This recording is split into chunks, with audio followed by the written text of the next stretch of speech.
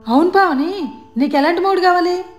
ఏముంది, నన్ను మంచిగా చూసుకొని నేను చెప్పిన మాట వినే మొగుడు కావాలి. ఒకవేళ అలాంటి మొగుడు రాకుండా బాగా తాగి నేను తన్నే మొగుడుతావు, అప్పుడేం చేస్తావు? అప్పుడు వాడికి విడాకులు ఇచ్చి ఇంకొకరిని చేసుకుంటా.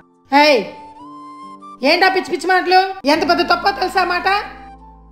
మంచోడైనా చెడ్డోడైనా అడ్జస్ట్ అయి బతకాల. సరే, ఇంకొకరిని పెళ్లి చేసుకుంటారు, వాడు చెడ్డోడైతే వాడిని కూడా వదిలేస్తారా? ఇలా ఎంతమందిని చేసుకుంటారు, అబ్బాయిలు కానీ అమ్మాయిలు కానీ?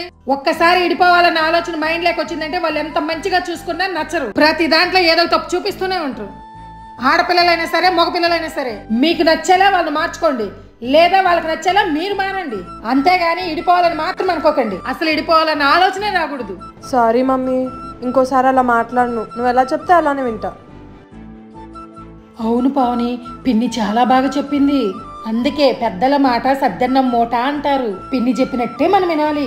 అందుకే పిన్ని బాబా ఎంత హ్యాపీగా ఉంటారో చూడు, ఎప్పుడు గొడవ పడరు.